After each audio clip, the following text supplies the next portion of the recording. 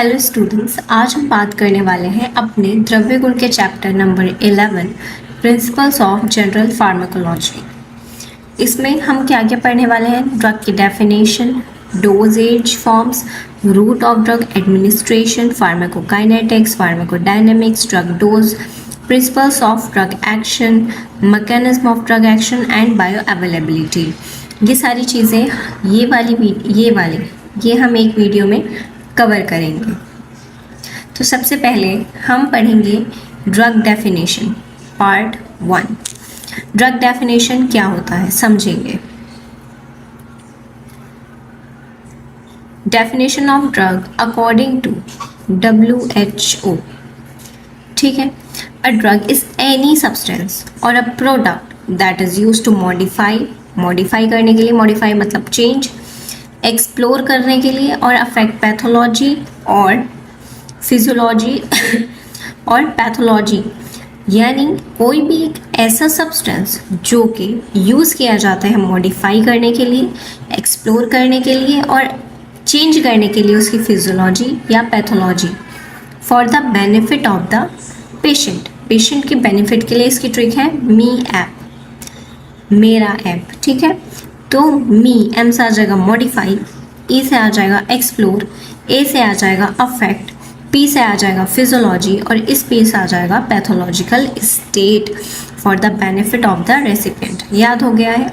क्योंकि जो आपको पता है ना कि डेफिनेशन जैसे WHO ने दी है आपको वैसे ही लिखनी पड़ेगी, सो इसलिए इसी से याद कर लेंगे मेरा ऐप। सिंपल वर्ड्स में एक ड्रग वो सब्सटेंस होता है जो यूज़ किया जाता है डिसीज़ को प्रिवेंट करने के लिए, डिसीज़ को डायग्नोस करने के लिए, डिसीज़ को ट्रीट करने के लिए और उसके सिम्टम्स कम करने के लिए, ख़त्म करने के लिए। अब characteristics of ideal drugs. Ideal drug कोई है, मतलब कोई ड्रग को हम कैसे कहेंगे कि ये अच्छी है, आइडियल है। इसके लिए 6 कैरेक्टरिस्टिक्स हैं, E3 एंड S3। E3 में इफ़ेक्टिव होनी चाहिए, इकोनॉमिकल होनी चाहिए, इजी टू एडमिनिस्टर होनी चाहिए। इफ़ेक्टिव मतलब प्रोड्यूस डिज़ायर थेरेप्यूटिक इफ़ेक्ट, जिस चीज़ के लिए मैं उसे खा रही हूँ वही इफ़ेक्ट वो देना चाहिए। इकोनॉमिकल, अफोर्डेबल होना ज़रूरी है। इजी टू एडमिनिस्टर, जैसे कि माउथ वाला रूट है तो इजी टू एडमिनिस्टर है, तो ऐसा ड्रग होनी चाहिए। फिर आता है S3, सेफ, यानी मिनिमम साइड इफ़ेक्ट्स उसके होने चाहिए। सिलेक्टिव, यानी जो टारगेट है उसी पर काम करे, यानी साइड इफ़ेक्ट्स उसके कम हो। स्टेबल हो, जल्दी ख़राब ना हो।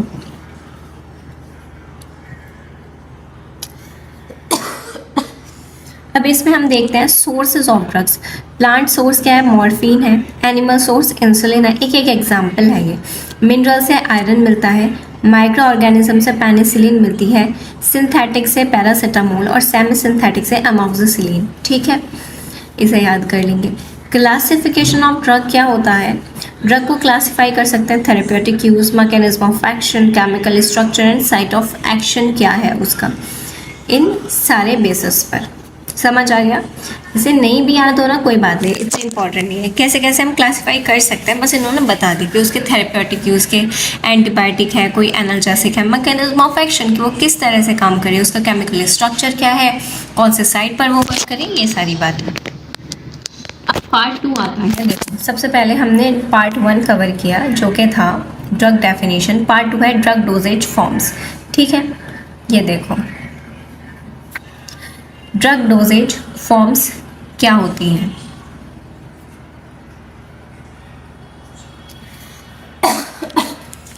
तो सबसे पहले डेफिनेशन क्या है ड्रग डोजेज फॉर्म्स की?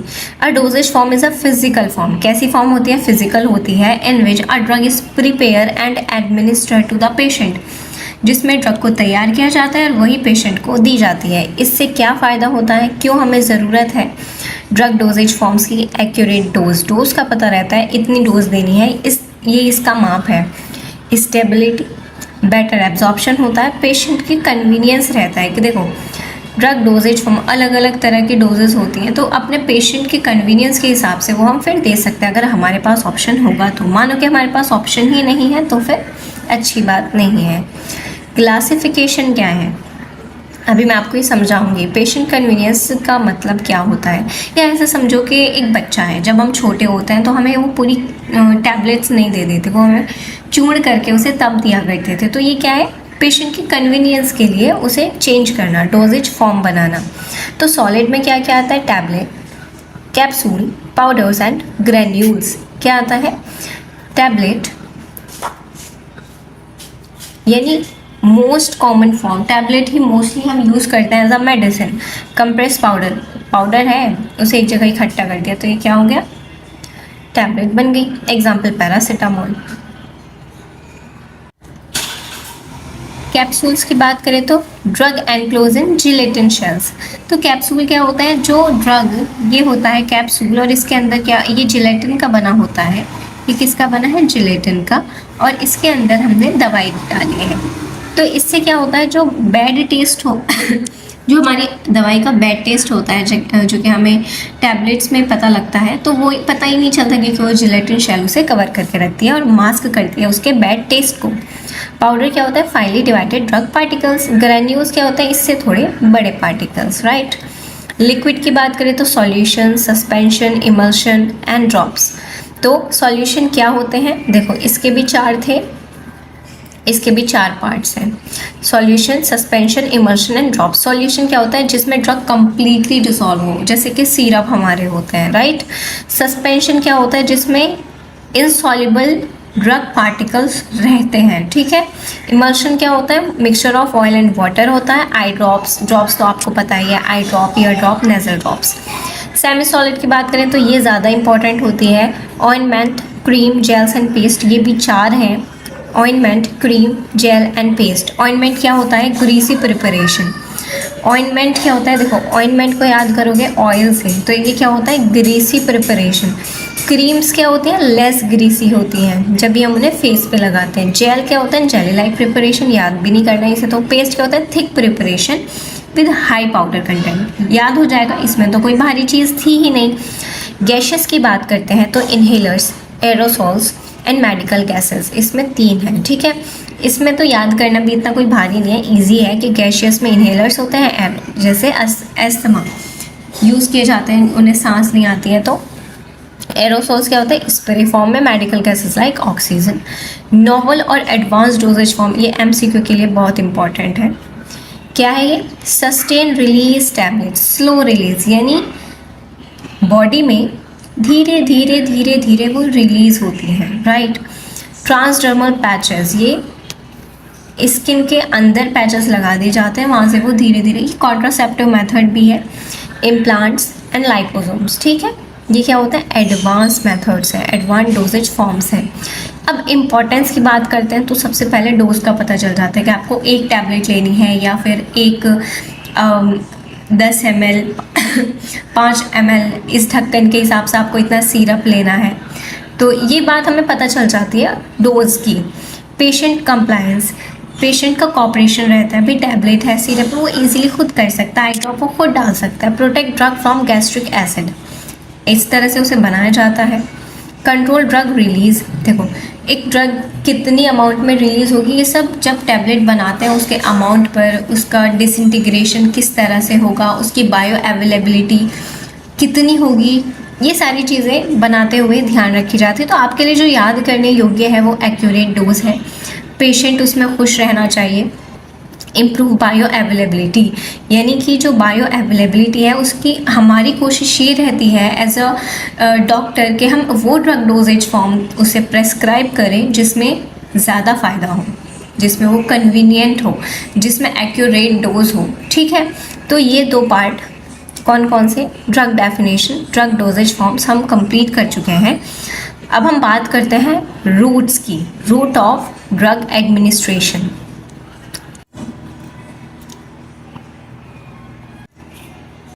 रूट ऑफ ड्रग एडमिनिस्ट्रेशन की अब हम बात करते हैं, जिसमें इंट्रोडक्शन देखेंगे इसका। Route of drug administration refer to the path या मेथड जिससे ड्रग को बॉडी में इंट्रोड्यूस किया जाता है, क्यों, ताकि वो उसका थेरेप्यूटिक इफेक्ट प्रोड्यूस करे।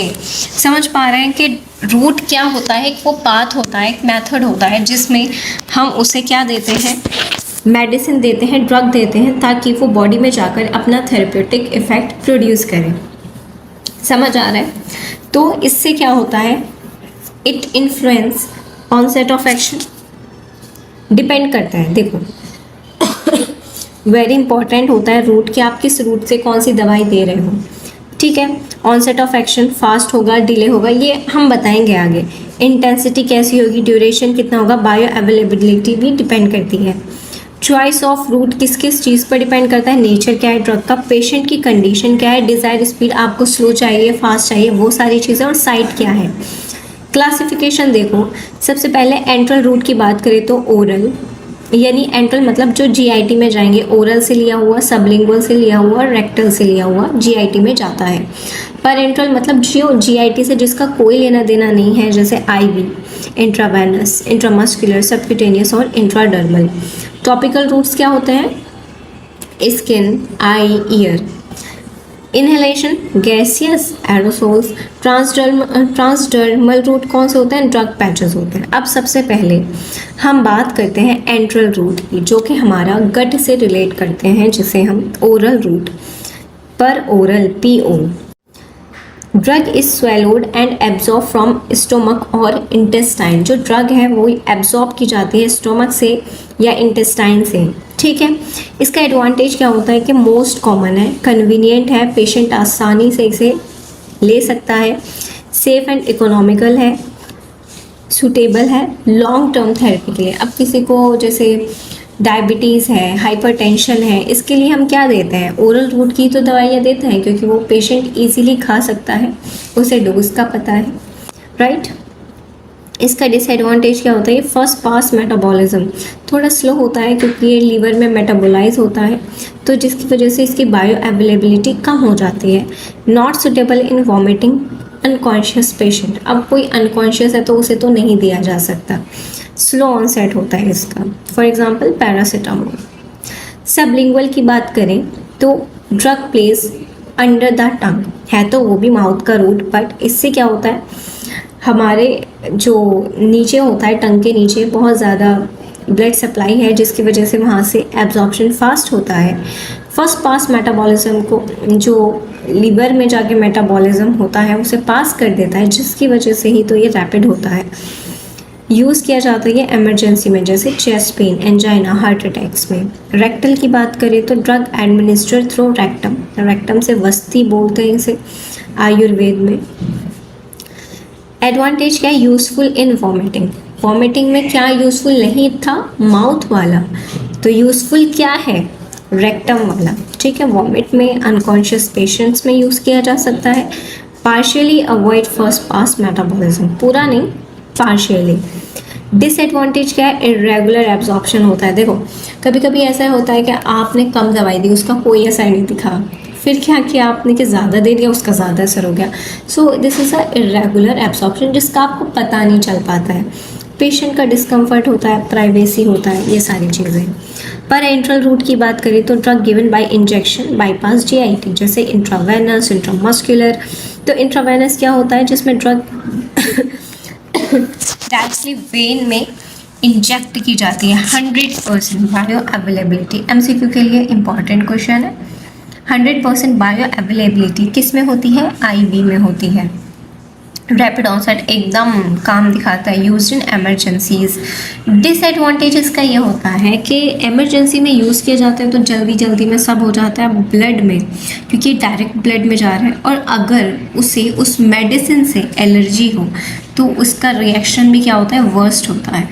तो इसका जितना जल्दी इफ़ेक्ट यानी पॉजिटिव इफ़ेक्ट है, उतनी ही जल्दी ये निगेटिव इफ़ेक्ट भी देता है। तो इसीलिए जांच पड़ताल करके यूज़ की जाती है IV. Skill require, for example adrenaline.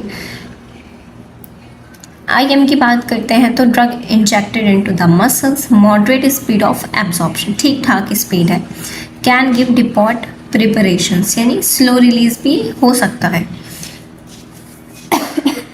Subcutaneous यानी स्किन के नीचे, right. Slow and sustain action, intradermal में, injected into dermis, use for diagnostic test.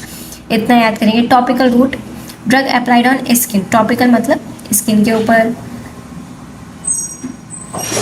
Local effect show करता है जैसे ointments, eye drops, ear drops. Advantage क्या है, लोकलाइज्ड एक्शन है, minimal systemic side effect. Systemic side effect होगा ही नहीं क्योंकि वो लोकली हम यूज़ कर रहे हैं। इनहेलेशन की बात करें तो ड्रग इनहेल इनटू लंग्स में जाती है सीधा जब हम उसे लेते हैं। रैपिड एब्जॉर्प्शन होता है, जो भी इनहेल रूट होता है ये फर्स्ट पास मेटाबॉलिज्म तो क्रॉस करता नहीं है, तो रैपिड एब्जॉर्प्शन है। Large surface area of lungs है, avoid first pass metabolism. Example asthma में यूज़ किया जाता है, एनेस्थीसिया में। ट्रांसडर्मल रूट क्या होता है कि drug absorb through skin via patches. इसमें क्या होता है, धीरे धीरे धीरे रिलीज होता है। फर्स्ट पास मेटाबॉलिज्म का तो मतलब ही नहीं है। इम्प्रूव कंप्लायंस, इसमें अब फैक्टर्स देखो, अब इस सवाल आता है कि कब क्या देना है, क्या क्या फैक्टर्स होता है। तो एज ऑफ द पेशेंट देखो, इमरजेंसी है, नॉन इमरजेंसी है। देखो इमरजेंसी है तो आईवी दो, नहीं तो आप ओरली दे सकते हो। ड्रग की प्रॉपर्टीज़ क्या, lipid solubility, ability to dissolve in fat, इस तरह की है या कैसी है, किस डिसीज़ में आप दे रहे हो, ये सारी चीज़ें। ड्यूरेशन आपकी कैसी होनी चाहिए, अगर आपको स्लो करना है तो आप उसे IM दे सकते हो, फास्ट करना है तो IV दे सकते हो। पेशेंट कंप्लायंस, बाकी पेशेंट को देखोगे वो किस में ज़्यादा कंफर्टेबल है।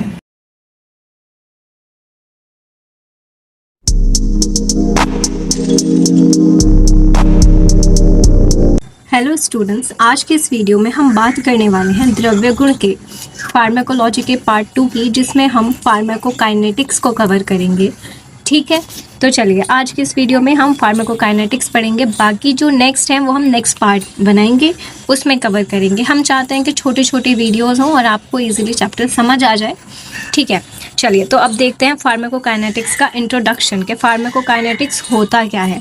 Pharmacokinetics is the branch of pharmacology, सही बात है, that deals with the movement of drug inside the body. किसको डील करता है, मूवमेंट ऑफ ड्रग। ठीक है, ड्रग का मूवमेंट क्या है बॉडी में, उसे हम देखते हैं। इट आंसर द क्वेश्चन, ये किस चीज़ का जवाब देती है कि what does the body do to the drug, हमारी बॉडी ड्रग के साथ क्या करती है। समझ आ गया। फार्माकोकाइनेटिक्स में हम ये पढ़ते हैं कि हमारी बॉडी उस ड्रग के साथ क्या करती है। सो फार्माकोकाइनेटिक्स इंक्लूड 4 मेन प्रोसेस, जिसमें एब्रीवेशन आता है ADME। A का मतलब होता है एब्जॉर्प्शन, D का मतलब होता है डिस्ट्रीब्यूशन, M का मतलब होता है मेटाबॉलिज्म, E का मतलब होता है एक्सक्रीशन। अब इसमें क्या होता है, एब्जॉर्प्शन का मतलब है absorption, entry of drug into the blood, यानी एब्जॉर्प्शन के थ्रू उसकी एंट्री ब्लड में होना। डिस्ट्रीब्यूशन का क्या मतलब है, movement of the drug to tissue, blood से टिश्यू में जाना। मेटाबॉलिज्म का मतलब है केमिकल अल्ट्रेशन ऑफ ड्रग, जो कि मोस्टली लीवर में होता है। ई से आता है एक्सक्रीशन, फिर removal of the drug from the body. समझ आ गया है ADME क्या होता है। ठीक है, बहुत इजी नोट्स हैं, इजी वे में सब कुछ आपको पता चल जाएगा, आपको कोई कष्ट नहीं होगा, आई गारंटी दैट। ठीक है, ए से आता है एब्जॉर्प्शन। एब्जॉर्प्शन वैसे तो हम ऊपर पढ़ के हैं, अब दोबारा देखते हैं क्या होता है। Absorption is the process by which a drug moves from the site of the administration into the systemic circulation. आपने जो भी आपने दवाई खाई है एडमिनिस्ट्रेशन साइट से, मोस्टली जो कि माउथ होता है, ठीक है, उससे उसका कहाँ जाना, सिस्टमिक सर्कुलेशन में जाना, यानी ब्लड स्ट्रीम में, यानी ब्लड में जाना। अब मान लो आपने कोई दवाई खाई है, मान लीजिए पैरासीटामोल आपने खाई, उसका अब एब्जॉर्प्शन जब ब्लड में हो जाता है, इट मीन्स वो एब्जॉर्प्शन वाली प्रोसेस को पूरा कर चुकी है। अब सिर्फ हम मुंह से नहीं लेते, IM भी हो जाती है, तो IM से जब वो ब्लड स्ट्रीम में आएगी, दैट इज एब्जॉर्प्शन। ठीक है, अब रूट्स ऑफ एडमिनिस्ट्रेशन ये हम बात कर चुके हैं ओल्ड। ठीक है, मैकेनिज्म ऑफ एब्जॉर्प्शन की बात करते हैं तो passive, active, facilitated, diffusion and endocytosis. ठीक है, किस किस तरह से एब्जॉर्प्शन हो सकता है, वो 4 तरीके के हैं, 4 मैकेनिज्म हैं जो कि हम पढ़ के आते हैं। इट्स नॉट सो टफ कि आपको याद करना है, ये बहुत ईजी है। चलो पैसिव डिफ्यूजन देखते हैं। Movement from high concentration to low concentration, it's very easy. Higher concentration से लोअर कंसेंट्रेशन की तरफ मूवमेंट होना पैसिव डिफ्यूजन कहलाता है, मोस्ट कॉमन मेथड। अब बात करते हैं एक्टिव ट्रांसपोर्ट की ए से एक्टिव, ए से एटीपी रिक्वायर होती है, यानी एनर्जी की ज़रूरत पड़ती है, and it moves against the concentration gradient. अब मान लो पानी बह रहा है, अब आप अगर उसके फ्लो में बह रहे हो तो वो क्या है, आपका पैसिव डिफ्यूज़न है, पैसिव है, जैसा है वैसे आप चल रहे हो, उसमें कोई एनर्जी की ज़रूरत नहीं है। अब पानी जिस डायरेक्शन में बह रहा है उससे अपोजिट डायरेक्शन में अगर आप आओगे, चलोगे या तैरोगे, तो उससे क्या होगा, आपको एनर्जी खर्च करनी पड़ेगी against the flow of the river. Same वही बात है, अगर आप अगेंस्ट काम करते हो तो आपको एनर्जी देनी पड़ेगी, और आप अगेंस्ट द कंसंट्रेशन ग्रेडियंट काम करते हो। फैसिलिटेटेड डिफ्यूजन क्या होता है, यूज़ कैरियर प्रोटीन्स। इसमें क्या होता है, कैरियर प्रोटीन यूज़ करता है, लेकिन एनर्जी की रिक्वायरमेंट इसमें नहीं होती है। एंडोसाइटोसिस की बात करते हैं तो drug engulf by the cell membrane.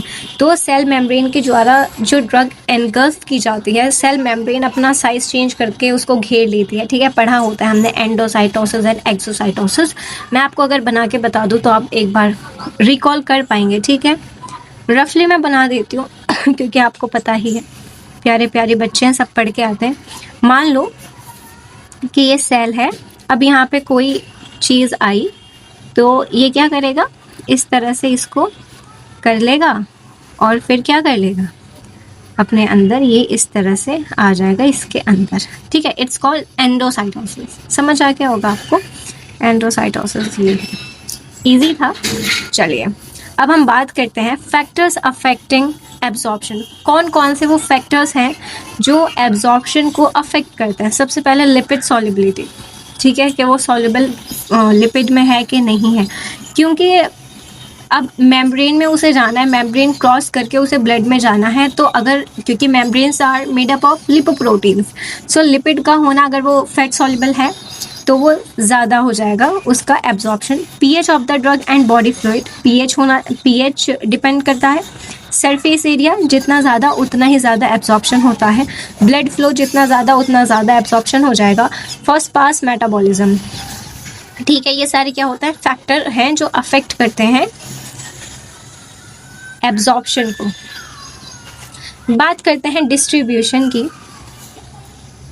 Distribution में क्या कह रहे हैं देखिएगा, distribution is the reversible transfer of the drug from blood stream to tissue. कैसा होता है, सबसे पहले ये वर्ड नोट करेंगे, इट इज़ रिवर्सिबल। कैसा होता है, रिवर्सिबल।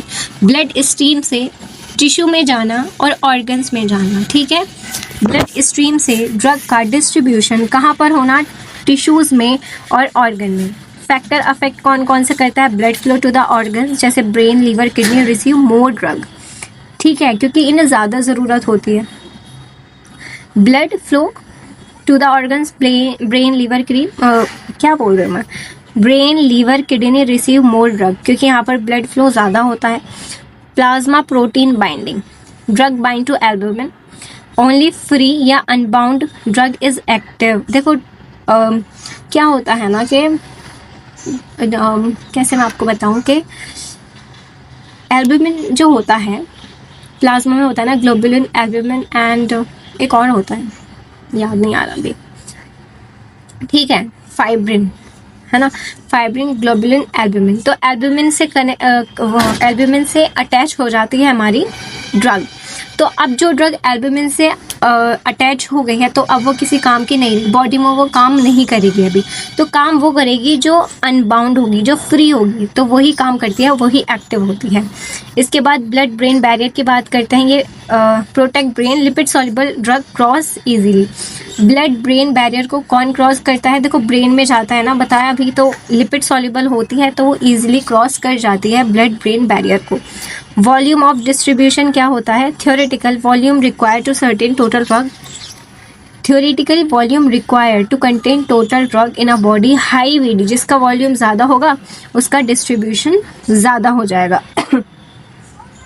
ठीक है, मेटाबॉलिज्म की बात करते हैं। मेटाबॉलिज्म का मतलब है bio transformation, change in its nature. ठीक है, chemical nature. Metabolism is the chemical conversion of the drug into a more water soluble form for excretion. Very important, ये याद कर लेना कि क्यों मेटाबॉलिज्म होता क्या है। सबको पता है कि केमिकल कन्वर्जन होता है, लेकिन क्यों, क्यों? ताकि वो मोर वाटर सॉल्युबल हो सके और एक्सक्रीशन के लिए इजीली आगे हम उसे बढ़ा सकें। मेनली अगर इन लीवर, ये मैंने आपको पहले भी बताया था। पर्पस ऑफ मेटाबॉलिज्म क्या है? इनएक्टिवेट ड्रग, ड्रग को इनएक्टिवेट करना है, क्योंकि अब उसका क्या करना है? एक्सक्रीशन करना है। Make drug water soluble, water soluble बन जाता है ताकि वो एक्सक्रीशन उसका ईजिली हो जाए, और फैसिलिटेट एलिमिनेशन। इसके फेजेस क्या होते हैं ये देखने की ज़रूरत नहीं है, छोड़ दीजिएगा, कोई बात नहीं, ये सारी चीज़ें कोई दिक्कत नहीं है।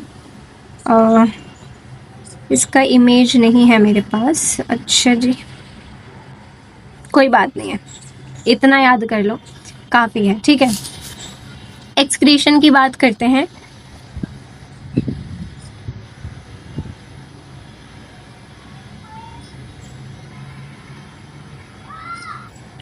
ठीक है, एक्सक्रीशन की बात करते हैं। डेफिनेशन, डेफिनेशन क्या होती है? Excretion is the removal of the drug and it metabolites from the body. Drug और उसका जो रिमेनिंग पार्ट है, ठीक है, उस सब को बॉडी से निकालना ही क्या होता है? एक्सक्रीशन होता है। रूट्स ऑफ एक्सक्रीशन इंपॉर्टेंट है। अब ये क्या होते हैं? ब्लिसफुल काम्या से मैंने याद किया, मेरी क्लास में एक लड़की थी काम्या, तो उसका ना अपने जो स्नैपचैट थी या इंस्टाग्राम था, मुझे याद नहीं, इंस्टा तो खैर मैं चलाती भी नहीं हूँ, शायद स्नैपचैट का उसका नाम है ब्लिसफुल काम्या, या व्हाट्सएप का नाम होगा, आई डोंट रिमेंबर कि किसका नाम था। तो ब्लिसफुल काम्या उसका नाम था, तो काम्या और ब्लिस, इस तरह से मैंने ये याद कर लिया था। समझ आ गया? काम्या से आ गया के, ब्लिस से आ गया, ब्लिसफुल से आ गया ब्लिस, BLISS। तो kidney, bile, lungs, intestine, sweat and saliva, ठीक है। तो अब यहाँ पर देख लो क्या होता है। किडनी से क्या होता है? यूरिन होता है। बाइल फीसीज से, लंग्स को क्या निकालता है? Volatile drug. Sweat, saliva, breast, जो स्वेट होता है वो वाटर सॉल्युबल और सॉल्ट निकालता है, ठीक है। सलाइवा से हमारे जो भी चीज़ें हैं, जैसे माउथ में कुछ पैथोजेंस होते हैं, एलर्जेंस हैं, जो भी है, डस्ट, ये सारी चीज़ें सलाइवा से निकल जाती हैं, ठीक। इसके बाद हम बात करते हैं रीनल एक्सक्रीशन में क्या होता है? Glomerular filtration, secretion and reabsorption, ठीक है। ये तीनों चीज़ें NCERT वाली हैं। फिर important pharmacokinetic parameters, half life क्या होता है? हाफ लाइफ हमारे क्वेश्चन में आया था, ठीक है। Half life is the time required to reduce drug concentration by 50%। अब भाई फिजिक्स में इतना पढ़ के आते हो, हाफ लाइफ क्या होता है? जब कोई भी, मान लीजिए 100 ग्राम नहीं, 100 मिलीग्राम ड्रग है, जब तक कि उसकी कंसंट्रेशन बॉडी में 50 ग्राम नहीं रह जाती, 100 से 50 तक आने में उसे, उसकी कंसंट्रेशन को जो टाइम लगा, उसे ही क्या कहा जाता है? हाफ लाइफ, यानी T हाफ। क्लियरेंस क्या होता है? Volume of plasma clear per unit time. Bio availability fraction, ये तो हम पढ़ेंगे बाद में। इंपॉर्टेंट पैरामीटर्स ये वही लिखा है। क्लिनिकल इंपॉर्टेंस ऑफ फार्माकोकाइनेटिक्स क्या है ये देखो। डिटरमाइन ड्रग डोज, कितनी ड्रग डोज देनी है। Help in dose adjustment in kidney और liver disease. Prevent toxicity, help in understanding drug interaction, कि कैसे ड्रग इंटरेक्ट करती है। बहुत इजी टॉपिक था, उम्मीद करती हूँ कि आपको ये सारा समझ आ गया होगा। अगर आपको इसके नोट्स चाहिए तो हमारे टेलीग्राम चैनल रॉयल आयुर्वेद से आप इसे डाउनलोड कर सकते हो। इस वीडियो को लाइक कीजिए और अपने फ्रेंड्स तक शेयर कीजिए, चैनल को सब्सक्राइब कीजिए, और क्या, बस अपना ख्याल रखिए। मिलते हैं आपसे नेक्स्ट वीडियो में। Bye bye.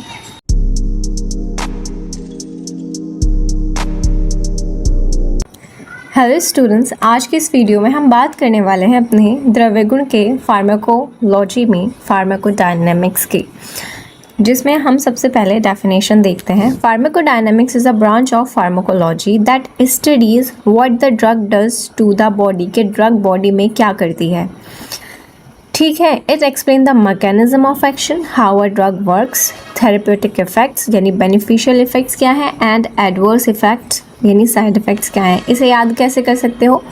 माता है। फार्माकोडायनेमिक्स क्या है? माता है, माता है। तो M से आता है mechanism of action, MA। T से आता है थेरेप्यूटिक इफेक्ट एंड A से आता है एडवर्स इफेक्ट। ये क्या क्या बताता है? माता को। It explains the mechanism of action, MA। T से आ जाएगा थेरेप्यूटिक इफेक्ट्स एंड एस आ जाएगा एडवर्स इफेक्ट। ठीक है, तो in simple word pharmacodynamics is the action of drug on the body. Basic concepts of pharmacodynamics, सबसे पहले आते हैं receptors. A receptor is a specialised protein molecule present on और इनसाइड द सेल। रिसेप्टर क्या होते हैं? ये एक स्पेशल प्रोटीन है जो कि प्रेजेंट होते हैं इनसाइड या फिर सेल पर।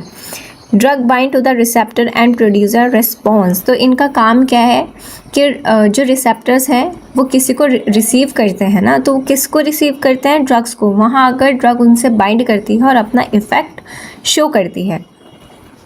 रिसेप्टर्स के टाइप्स कितने होते हैं? Ligand gated ion channels, G protein couple receptors, enzyme link receptors and nuclear receptors. Example acetylcholine, adrenergic, insulin and steroid receptors. Action की बात करें तो इसका फास्ट होता है, इसका मॉडरेट होता है, ये एक्टिवेट एंजाइम एक्टिवेट करता है और इसका रिस्पॉन्स स्लो होता है। तो ये एक बार आप देख लोगे। मैकेनिज्म ऑफ ड्रग एक्शन क्या होता है ये देखिएगा। सबसे पहले आता है receptor stimulation. For example adrenaline stimulate beta receptors increase heart rate. तो सबसे पहले मैकेनिज्म जो ड्रग करती है वो सबसे पहले रिसेप्टर को स्टिमुलेट करती है। तो जैसे एड्रेनालिन आप लेते हो तो वो किसको स्टिमुलेट करती है? बीटा रिसेप्टर्स को, जो कि हार्ट रेट को इंक्रीज करता है। ठीक है, एक तरह से तो काम ये कर सकते हैं। दूसरी तरीके से एंजाइम इनहिबिशन, ये इनहिबिट करके, for example inhibit cyclooxygenase enzyme, जिससे कि रिड्यूस पेन एंड इन्फ्लामेशन। दूसरी तरीका, एक तो काम होता है स्टिमुलेट करके बॉडी में इफेक्ट शो करना, दूसरा होता है उसे इनहिबिट करके। तो ये क्या होता है कि रिसेप्टर पर बाइंड होती है ड्रग, जिसकी वजह से आपका रिड्यूस पेन होता है और इन्फ्लामेशन कम हो जाता है। थर्ड आता है आयन चैनल ब्लॉकेड, यानी ये ब्लॉक सोडियम चैनल। कोई आपने ड्रग ली है, उसने सोडियम चैनल को ही ब्लॉक कर दिया, जिससे आपका prevent nerve impulse transmission, nerve का ट्रांसमिशन नहीं हो पाता है। ठीक है, अब फोर्थ आता है किस तरह से काम करती हैं drugs. Transporter inhibition, for example inhibit serotonin reuptake. ठीक है, उसका ट्रांसपोर्ट ही इनहिबिट कर देते हैं। For example inhibit serotonin reuptake, के सेरोटोनिन का रीअपटेक नहीं हो पाता है ड्रग की वजह से। तो ये डिफरेंट कंडीशन के लिए कहीं पर हमें स्टिमुलेट करना पड़ता है, कहीं पर इनहिबिशन करना पड़ता है। ठीक है, कहीं पर चैनल को ब्लॉक करना पड़ता है। तो ये मैकेनिज्म है, समझ आ गया। इसके बाद आता है types of drug receptor interaction. Agonist, partial agonist and antagonist, ये इम्पॉर्टेंट है, मैं इस पर लिख देती हूँ।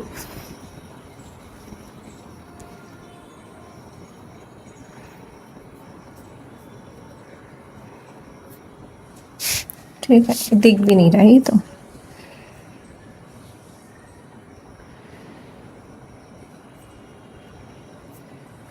इम्पॉर्टेंट अब दिख रहा है। चलो, अब एगोनिस्ट क्या होता है? A drug that bind to a receptor and produce maximum response, यानी मैक्सिमम पॉजिटिव रेस्पॉन्स होता है जब वो बाइंड करती है रिसेप्टर के साथ और अपना रेस्पॉन्स प्रोड्यूस करती है।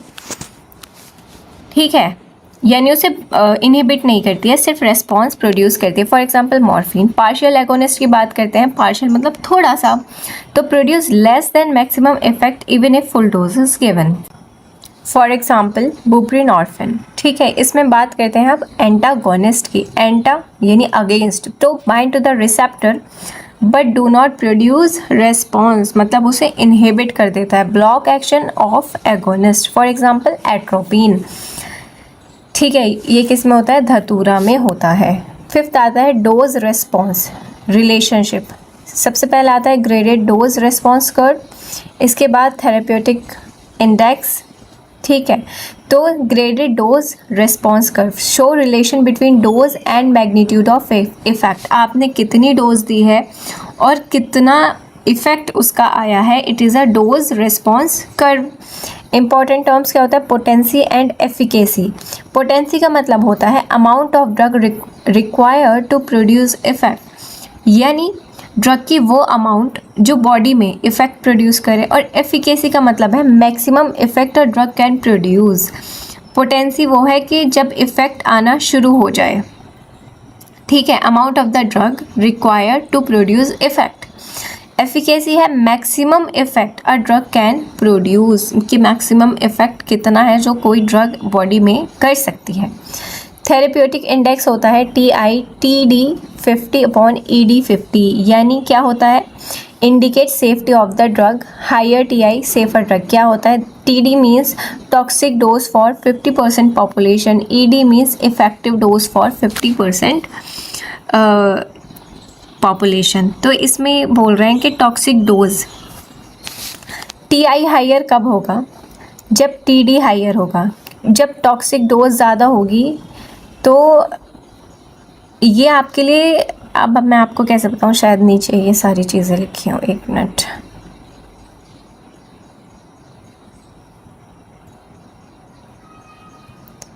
नहीं तो कोई बात नहीं है। देखो टॉक्सिक, मैं आपको इसे यहाँ समझाऊंगी।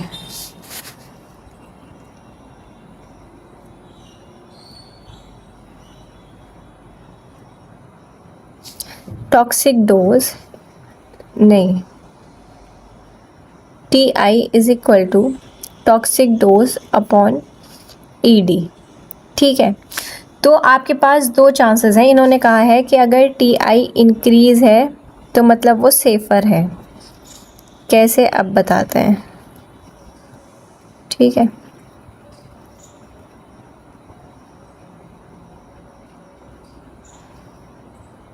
देखो TI इज इक्वल टू क्या होता है, TD अपॉन ED। अब मान लो जो आपकी एफिशिएंट डोज है वो आपको 5 क्या mg है, और वहीं पर आपकी टॉक्सिक डोज 10 mg है, तो आपका TI कितना हो जाएगा, 2 हो जाएगा। समझ आ गया।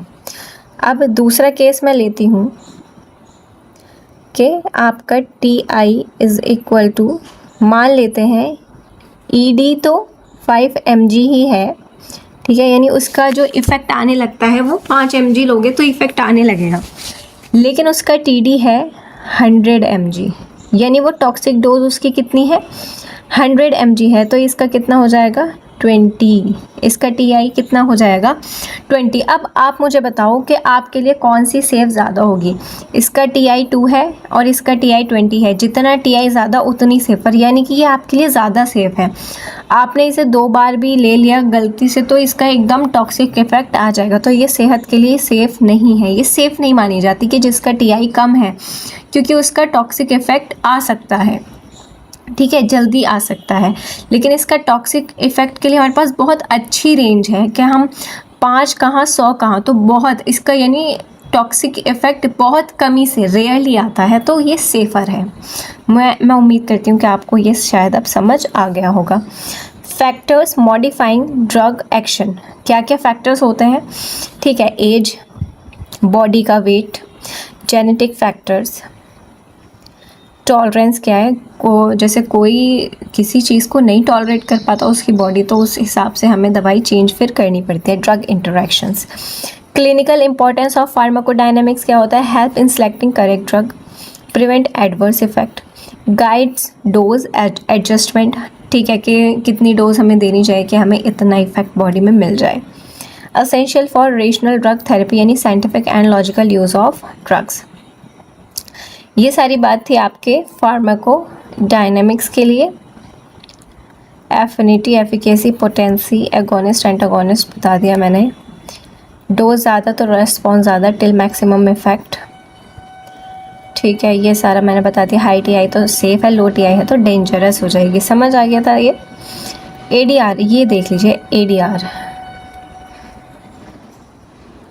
ADR इज़ नथिंग बच्चों बट एडवर्स ड्रग रिएक्शन। क्या होता है ADR, adverse drug reaction. Definition क्या होती है, अनवांटेड या harmful effect of drug. Drug का अगर हमारा डिज़ायर्ड इफेक्ट है तो वो ठीक है, वो अच्छा काम कर रहा है, लेकिन एडवर्स ड्रग रिएक्शन क्या है, आपने कोई ड्रग ले और इसका इफेक्ट अनवांटेड है या फिर हार्मफुल है, तो उसे कहा जाता है एडवर्स ड्रग रिएक्शन। इसके टाइप्स क्या होते हैं, side effects, toxic effects, allergic reactions, unusual reactions, ठीक है। तो ये सारे इसके टाइप्स हो गए। क्लिनिकल इंपॉर्टेंस क्या है ये तो हमने सब पढ़ लिया है। इसकी ट्रिक आपको अगर फार्माकोडायनामिक्स पूरा टॉपिक आता है तो आप क्या क्या लिखोगे, तो इसका ट्रिक है ड्रग रेस्पॉन्स। ठीक है, इसकी ट्रिक क्या है, ड्रग रेस्पॉन्स। तो सबसे पहले आता है ड्रग एक्शन, ये आप हेडिंग लगाओगे, फिर रिसेप्टर्स वाली बात लिखोगे, फिर उसका यूज़ लिखोगे, फिर वो ग्राफ बना दोगे डोज वाला। ये आप ग्राफ एक बार देख लीजिएगा अपना गूगल पर जाकर, मैं यहाँ पर ऐड नहीं कर पाई। Reaction ADR, efficacy and potency लिखेंगे, सेफ्टी आई। ये देखो जो चीज़ लिखनी इंपॉर्टेंट है मैं एक बार बस उसे बता दूँ कि ये तो लिखना ही लिखना है। ड्रग का एक्शन, रिसेप्टर्स लिखोगे, ये ग्राफ। ADR तो आपको हमेशा लिखना है, ये ज़्यादा इम्पॉर्टेंट है। ठीक है, ADR और एगोनिस्ट वाला लिख देना। बस इतनी चीज़ें तो आपको लिखनी है अगर क्वेश्चन आता है, बाकी सब लिख दोगे तो अच्छी बात है। तो ये था पार्ट 3 फार्माकोलॉजी का, और पार्ट 4 में हम बताएंगे जिसमें बाकी का आगे का चैप्टर कवर करेंगे। तो आज के लिए इतना ही है। अगर आपको इसके नोट्स चाहिए तो हमारे टेलीग्राम चैनल पर आपको मिल जाएंगे, आप वहां से इन्हें डाउनलोड कर सकते हो। वीडियो अगर आपको अच्छी लगी है तो इसे लाइक कीजिए, अपने फ्रेंड्स तक शेयर कीजिए, चैनल को सब्सक्राइब कीजिए ताकि आप हमारी ऐसी ही अच्छी अच्छी वीडियोज़ को मिस ना कर पाएँ। Thank you.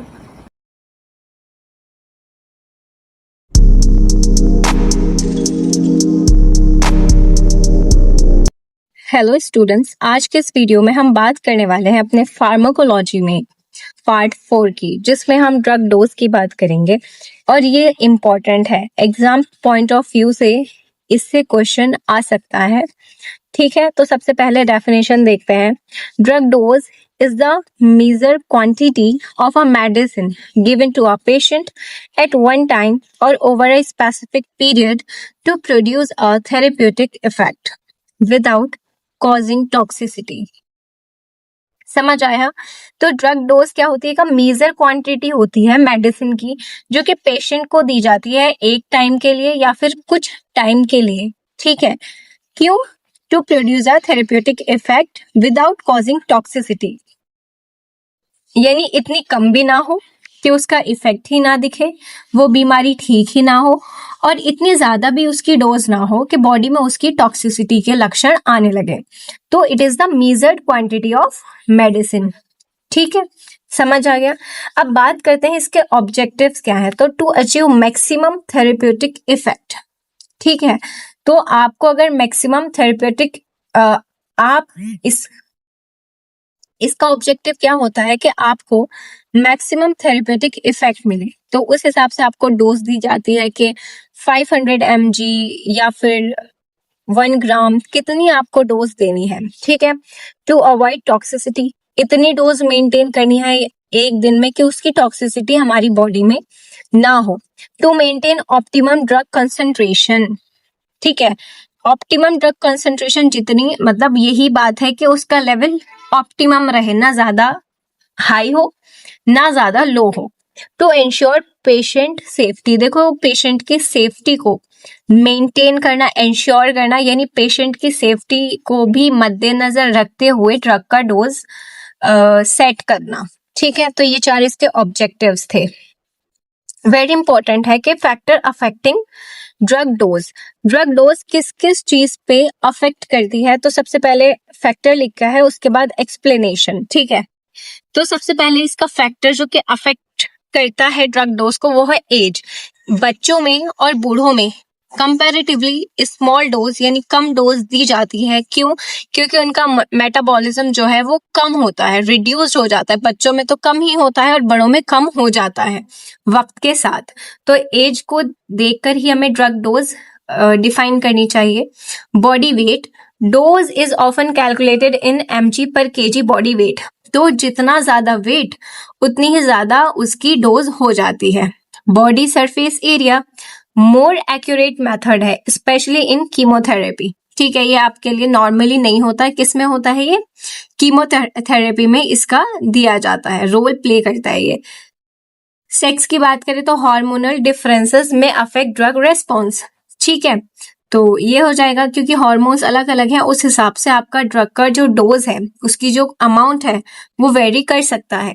Pathological condition liver kidney disease है अगर आपको, तो उससे क्या हो जाएगा, रिड्यूस ड्रग एलिमिनेशन और उसके मेटाबॉलिज्म में भी चेंज आ जाएगा। तो इसलिए पैथोलॉजिकल कंडीशन को मद्देनजर रखते हुए हम ड्रग का डोज डिफाइन करते हैं। कभी कभी ऐसा होता है कि मान लीजिए कि जो नॉर्मल डोज है वो 500 mg है, लेकिन उसे पैथोलॉजिकल कंडीशन है तो उसे ज्यादा डोज देने की जरूरत है ताकि उसका थेरेप्यूटिक इफेक्ट आए। ठीक है, route of administration very important, depend करता है। अगर आप ओरल दे रहे हो, आईवी, आईएम, तो आईवी की मात्रा तो कम रहेगी क्योंकि उसमें कोई लॉस होता ही नहीं है, उसकी 100% बायो अवेलेबिलिटी है।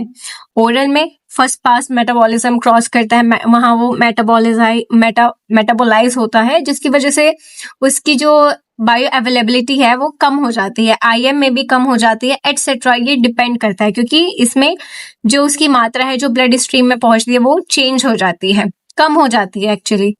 ड्रग टॉलरेंस की बात करें तो जो कि बार बार यूज करते हैं कोई भी ड्रग, तो उसका जो इफेक्ट है वो वक्त के साथ कम हो सकता है, तो इस वजह से हमें हाई डोज देनी पड़ती है। क्या होता है मैं आपको बताती हूँ इसका एग्जांपल।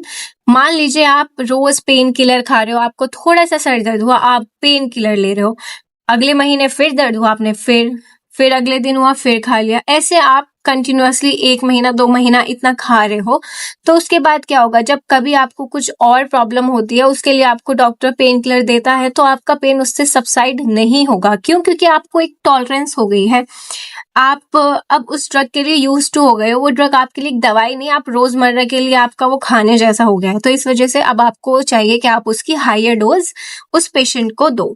ड्रग इंटरेक्शन की बात करते हैं तो वन ड्रग में इंक्रीज और डिक्रीज इफेक्ट ऑफ अनदर। देखो, जब हम दवाई खाते हैं तो 1 2 3, ठीक है, खाते हैं 2-3 दवाइयां एक साथ, तो एक ड्रग जब दूसरे ड्रग से इंटरेक्ट करती है तो एक दूसरे के इफेक्ट को कम या ज्यादा कर सकती है। तो ये डिपेंड करता है कि जब आप दवाई मिक्स करके दे रहे हो तो किसकी डोज कितनी होनी चाहिए, उससे डिक्रीज होगी, इंक्रीज होगी, ये सब डिपेंड करके सोच विचार करने के बाद ही दिया जाता है। जब भी तो आयुर्वेद में कहा जाता है कि युक्ति पूर्वक हमें सारी चीजें करनी चाहिए चिकित्सा में। जेनेटिक फैक्टर की बात करें तो some people metabolise drug faster और स्लोवर। अब इसमें वही अग्नि वाली बात है, कोई ज्यादा मेटाबोलाइज यानी पचा लेता है और कोई धीरे धीरे काम करती है किसी की अग्नि, तो ये अब उसके हिसाब से आप डोज सेट करोगे। अब जैसे किसी में फास्टर मेटाबोलाइज हो जाती है तो उसे दोबारा जरूरत है ना, तो इस हिसाब से मान लो कि जो स्लोवर डाइजेशन जिसका है उसे 2 टाइम दवाई दोगे, जिसका फास्टर उसे 3 टाइम का बोलोगे कि आपको 3 टाइम जरूरत है। ठीक है, तो अब आता है टाइप्स ऑफ ड्रग डोज। कितने वेरी इंपॉर्टेंट क्वेश्चन है ये, मैं यहाँ पर लिख देती हूँ, ठीक है, ताकि मेरे बच्चों को परेशानी ना हो। इम्पोर्टेंट, ठीक, चलिए अब इसमें क्या है, थेरेप्यूटिक डोज क्या होती है, dose that produce desire effect, यानी थेरेप्यूटिक इफेक्ट ही तो डिजायर इफेक्ट है कि आप में जो भी कमी है वो उसे सही कर दे, तो यही तो आपके लिए डिजायर इफेक्ट है। तो therapeutic dose is the dose that produce desire effect, very easy. Toxic dose की बात करें तो dose that produce harmful effect, वो डोज, सॉरी फोन गिर जाता अभी मेरा so dose that produce harmful effect, जो हार्मफुल इफेक्ट को प्रोड्यूस करे वो टॉक्सिक डोज है। लीथल डोज की बात करते हैं तो dose that can cause, lethal का मतलब क्या होता है, डेथ। ठीक है, तो वो डोज जो कि आपको मार दे, ठीक है, डेथ कॉज करे, वो लीथल डोज होती है। लोडिंग डोज क्या होता है, देखो नाम से ही पता चल रहा है। लोडिंग डोज की बात करते हैं तो इनिशियली हाई डोज दी जाती है, लोड करी जाती है ताकि थेरेप्यूटिक लेवल अटेन हो सके। ठीक है, उसे हम एकदम से ज्यादा इफेक्ट एकदम से हमें मिल जाए। ठीक है, जैसे डिकॉक्सिन होता है, लोडिंग डोज हो गई। मेंटेनेंस डोज यानी स्मॉलर रिपीट डोज, ताकि वो मेंटेन रह सके। ठीक है, मेंटेन के लिए स्मॉलर डोज दी जाती है बार बार। प्रोफाइलेक्टिक डोज क्या होता है, प्रोफाइल मतलब प्रिवेंट करने के लिए। प्रोफाइलेक्सिस जैसे आपके जो टीके लगते हैं बचपन में, आपको जो पोलियो की दवाई पिलाई जाती है, सारे प्रोफाइलेक्सिस है। विटामिन ए का आपको सिरप पिलाया जाता है, these all are under prophylaxis, यानी डिसीज को ही प्रिवेंट करने के लिए जो भी आप आहार विहार करते हो, दैट इज प्रोफाइलैक्सिस। तो प्रोफाइलैक्टिक डोज क्या है कि जो आपको दी जाती है वो डोज जो डिसीज को प्रिवेंट करने के लिए दी जाती है, जैसे वैक्सीन्स में होता है। मैक्सिमम डोज क्या है? Highest safe dose without severe toxicity. ठीक है, मान लो 100 पे हो रही है अगर टॉक्सिसिटी, तो 95 उसकी हायर डोज हो जाएगी। इससे ज्यादा आप दोगे तो क्या हो जाएगा? टॉक्सिसिटी हो जाएगा। मेथड्स ऑफ डोज कैलकुलेशन, ठीक है ठीक है, ये इतना देखो इंपॉर्टेंट नहीं है आपके लिए। थेरेपेटिक इंडेक्स मैंने आपको दूसरी वीडियो में बताया था, जब मैंने आपको फार्माकोडायनामिक्स बताया था कि जिसमें हाई टीआई होगा वो सेफ है, जिसमें लो होगा वो क्या हो जाएगा? वो कम सेफ है। ठीक है, importance of accurate drug dosing, क्या इंपॉर्टेंस है? प्रिवेंट एडवर्स ड्रग रिएक्शन, यानी टॉक्सिक इफेक्ट ना हो, लीथल ना हो, तो ये सारे ड्रग रिएक्शंस यानी एलर्जी ना हो जाए, ठीक है, या कुछ और ना उसका एडवर्स इफेक्ट हो जाए, इन सबको प्रिवेंट करने के लिए drug accurate drug dose very important. Reduce drug resistance, ठीक है, जैसे एंटीबायोटिक में आप एंटीबायोटिक ले रहे हो तो फिर आप जब आपको कोई और से इन्फेक्शन होगा वो एंटीबायोटिक आपको दी जाती है तो वही फिर आप उसका वो काम ही नहीं करती है। ठीक है, उसका रेजिस्टेंस हो जाता है, जो कि आजकल बहुत मिल रहा है, क्योंकि कोई भी उठा के कोई भी एंटीबायोटिक खा लेता है, जो कि आजकल हमारा जो देश है इसमें बहुत ज्यादा ये ड्रग रेजिस्टेंस वाले केस हो रहे हैं। तो इसलिए कभी भी एंटीबायोटिक नहीं लेनी चाहिए विदाउट डॉक्टर प्रेस्क्रिप्शन, डॉक्टर भी अच्छे डॉक्टर। ठीक है, इम्प्रूव ट्रीटमेंट आउटकम, ट्रीटमेंट का जो ट्रीटमेंट को इम्प्रूव करता है। ठीक है, प्रिवेंट मेडिकेशन एरर्स।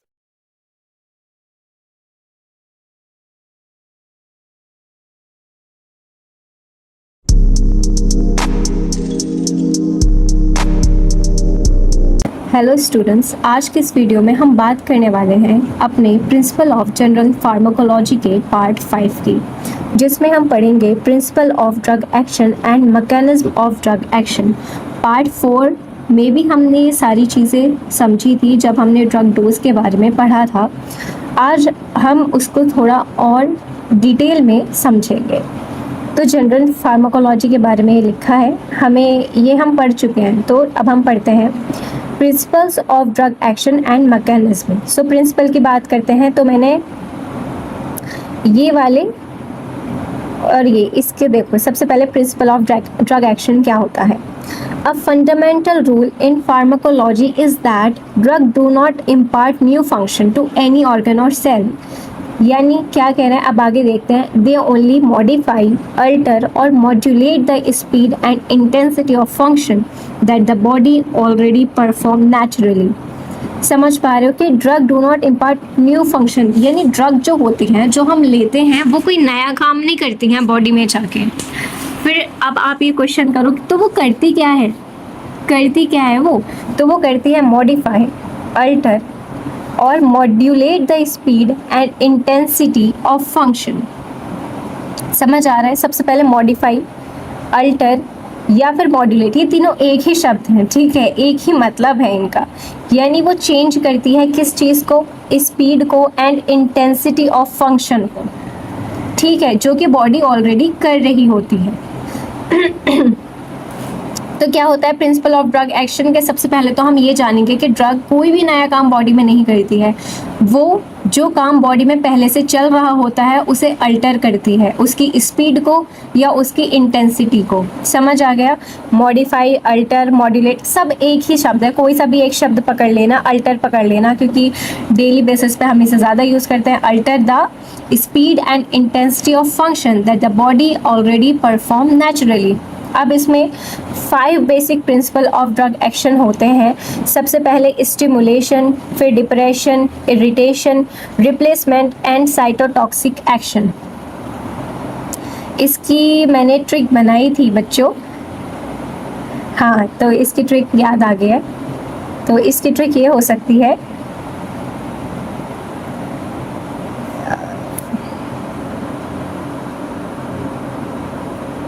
पता है बच्चों मैं कैसे पढ़ती थी, मैं आपको बता देती हूँ। ये तो नोट्स आपको फ़ोन में डिजिटली मिल जाएंगे, लेकिन मैं क्या करती थी, फ़ोन में तो नोट्स होते ही हैं, लेकिन फ़ोन से हम पर्टिकुलरली उस चीज़ को इतना अच्छे से याद नहीं कर पाते जितना कॉपी में लिख कर पाते हैं। तो सारी जो ट्रिक्स है ना वो मेरी कॉपी में लिखी है। तो मैं आपसे ये बताना चाहती हूँ, इस बात को बता जो रही हूँ, इसका उद्देश्य ये है कि आप भी टोटली इस पे डिपेंड मत रहना कि मेरे पास इसका पीडीएफ है तो मैं एग्ज़ाम टाइम में भी इसी से पढ़ूंगा। ऐसा नहीं होता है। जब आपके एग्ज़ाम सर पे होते हैं ना तो आप पीडीएफ में तो हाथ पैर कांपने लगते हैं। तो बेटर ये है, या तो आप इनकी कॉपी निकलवा लो, फ़ोटो कॉपी निकलवा लो, तब अपने पास एक हार्ड कॉपी रखो, वो बेटर है। अगर ऐसा नहीं कर सकते हो तो आपके पास इतना टाइम है, ठीक है, तो आप क्या करोगे, इनको अपनी कॉपी में लिखो, खुद से लिखो, ताकि जब आप लिखोगे तो आपको वो अच्छे से याद हो पाएगा। लिखने में भी तो चीज़ें याद होती है ना, और जो आप लिखते हो वो चीज़ आपको ज़्यादा अच्छे से रिकॉल, आप उसे सही टाइम पर कर पाते हो। तो मैं आपको ये एडवाइस करूँगी कि या तो आप इनकी हार्ड कॉपी निकलवाओ, और अगर आपके पास टाइम है, आपने सेकेंड ईयर में अभी ही कदम रखा है, नए नए बच्चे हैं आप, तो आप फिर कोशिश यही कीजिएगा कि आप लिख लिख के ही अपने नोट्स बनाएं, ठीक है। क्योंकि जो लिखे नोट्स हैं और डिजिटल नोट्स हैं, अगर मैं इन दोनों को कंपेयर करूं तो मैं प्रीफर करती हूँ हैंड रिटन नोट्स को, ठीक है। तो आप भी यही कीजिएगा, थोड़ा लिखने पर भी फोकस कीजिएगा। इसकी ट्रिक हो जाएगी, सिड कौन है, CR है, समझ आ जाएगा अब तो। एस से आ जाएगा स्टिमुलेशन, और DI से आ जाएगा इरिटेशन, D से आ जाएगा डिप्रेशन, R से आ जाएगा रिप्लेसमेंट, और C से आ जाएगा साइटोटॉक्सिक एक्शन। ऊपर नीचे हो गया, वो तो आप देख ही लेंगे, ठीक है। स्टिमुलेशन की बात करते हैं। This refers to an enhancement in the activity of a specialised organ और सिस्टम। फोकस जो हमें करना है ये वाली, इस पे नहीं करना, एनहांसमेंट कर रहा है एक्टिविटी को, इस चीज़ पर। स्टिमुलेट करने का मतलब तो एनहांस करना ही होता है, बेसिक इंग्लिश में यही इसका मतलब है। तो ये यहाँ पर भी वही बोल रहा है कि किसी चीज़ को बढ़ाना, किसको बढ़ाना, एक्टिविटी को बढ़ाना, किसकी, ऑर्गन की या सिस्टम की। सो स्टिमुलेशन समझ आ गया। एग्जाम्पल के तौर पर ये हमें बता रहे हैं, कैफीन जो कि चाय बहुत पीते हैं, कॉफ़ी बहुत पीते हैं, stimulate the central nervous system, enhancing alertness and heart rate. ये एग्जाम्पल तो आप सब रिलेट कर ही पाओगे। एज अ स्टूडेंट हम इतना चाय और कॉफ़ी पीते हैं, इतना कैफीन का इंटेक करते हैं, एग्जाम टाइम में तो और भी ज़्यादा। तो ठीक है, caffeine stimulate the central nervous system, enhancing alertness and heart rate. अब हम बात करते हैं डिप्रेशन की। डिप्रेशन का मतलब आप समझते हो, डिप्रेशन में आपको रहना नहीं है, ठीक है, ज़्यादा डिप्रेशन लेने की ज़रूरत नहीं है। लेकिन यहाँ पर डिप्रेशन वो वाला डिप्रेशन नहीं है। डिप्रेशन का मतलब होता है डिक्रीज़ होना, कम हो जाना, ठीक है, अपना स्वाभाविक से जो थोड़ा कम हो जाता है उसे ही डिप्रेशन कहा जाता है, कमी को।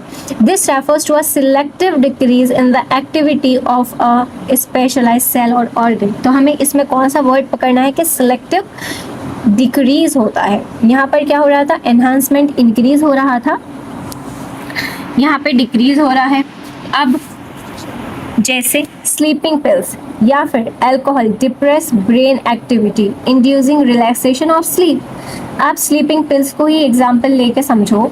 स्लीपिंग पिल्स क्या करती हैं, ब्रेन की एक्टिविटी को डिप्रेस कर देती हैं, ठीक है। तो जिससे आपका क्या होता है, आप रिलैक्स फील करते हो और आपको फिर नींद आ जाती है, ठीक है। क्योंकि स्लीपिंग पिल्स मोस्टली आप सोचो कि किसको ज़रूरत पड़ती है स्लीपिंग पिल्स की, तो स्लीपिंग पिल्स की ज़रूरत उन्हें पड़ती है जो, एक एग्जांपल देके मैं बता रही हूँ, वैसे तो बहुत सारे इसके रीजंस हो सकते हैं। मोस्टली क्या होता है, जो डिप्रेशन, एंजाइटी, टेंशन, ये सारी चीज़ों, मेंटल इलनेस से जो इसके शिकार होते हैं उन्हें ज़रूरत पड़ती है, क्योंकि उनका जो ब्रेन है वो एक्टिव होता है, तो जिस वजह से नींद नहीं आएगी। लेकिन जब आप स्लीपिंग पिल्स लेते हो तो आपके ब्रेन की एक्टिविटी कम हो जाती है, और फिर उससे आपका ब्रेन जो इतना ज़्यादा सोचता है वो थोड़ा कम सोचेगा, रिलैक्स हो जाएगा, और जिससे आपको नींद आ जाती है। इरिटेशन की बात करते हैं। This involves a harsh non specific effect, ठीक है। इन्वॉल्व्स, देखो इरिटेशन का मतलब हमें पता ही है, जैसे हमने कॉन्टैक्ट डर्मेटाइटिस की वीडियो में भी आपको बताया था कि contact dermatitis is of 2 types. देखो मैं यहाँ पर एक चीज़ दूसरी से रिलेट करके आपको याद इसीलिए कराती हूँ। आपको लगता होगा कि मैं एक सब्जेक्ट से, भाई अभी मैं द्रव्य गुण पढ़ा रही थी, अभी मैं अगत तंत्र पे चली गई, लेकिन बच्चों इस तरह से आप चीज़ों को ईजिली याद कर सकते हो, ठीक है। इसीलिए मैं टॉपिक को इंटर रिलेट करके आपको बताना चाहती हूँ।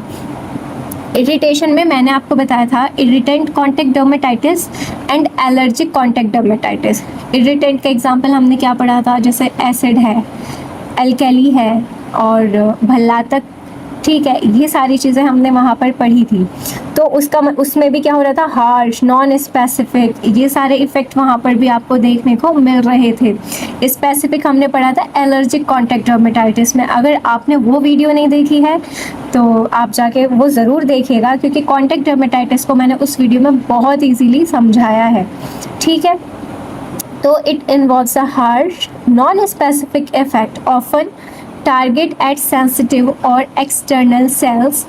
Mild irritation can stimulate healing, while strong irritation can trigger an evacuation response. इसका मतलब होता है, सबसे बेस्ट एग्जाम्पल से पहले मैं आपको इसका एग्जाम्पल समझाती हूँ, ये आपको फिर ऑटोमेटिकली समझ आ जाएगा कि ये क्या रहे हैं। बस इसमें याद रखना कि ये हार्श है, नॉन स्पेसिफिक इफेक्ट है, और ये माइल्ड जो होता है वो हील कर सकता है, लेकिन अगर आप ज़्यादा दोगे तो आपका काम बिगड़ सकता है। कैसे, वो अभी ये समझ आ जाएगा कि क्या है। इरिटेशन में हम जो पढ़ते हैं गैस्ट्रिक इरिटेशन, ये मैंने आपको इससे रिलेट करूँ तो द्रव्य गुण में जब मैंने आपको 20 कर्म बताए थे वहाँ पर भी लग्जेटिव का जिक्र हुआ था, ठीक है। तो लग्जेटिव्स क्या होता है, irritate the internal lining of the intestinal tract to promote bowel movements. Laxatives वो होते हैं, ये किस में यूज़ किए जाते हैं, जैसे आपको कॉन्स्टिपेशन है, वहाँ पर आपको अब बॉल मूवमेंट्स आपके रुक गए। कॉन्स्टिपेशन मीन्स आपके बॉल मूवमेंट्स इरेगुलर है, और या फिर उस तरीके से नेचुरली नहीं हो रहा है कि आपका कॉन्स्टिपेशन मतलब आपकी जो फ्रीक्वेंसी है वो कम हो जाती है फिसीज की, तो मतलब वो जो आपका मूवमेंट्स हैं, बॉल मूवमेंट्स हैं, वो कम हो गया है। तो अब लैक्सेटिव्स क्या करते हैं, उस जो हमारी लाइनिंग है, इंटेस्टाइनल ट्रैक्ट की लाइनिंग है, उसे इरिटेट करते हैं, और उस इरिटेशन से बॉल मूवमेंट्स होते हैं, और फिर आपका क्या होता है, कॉन्स्टिपेशन में आपको रिलीफ मिलता है।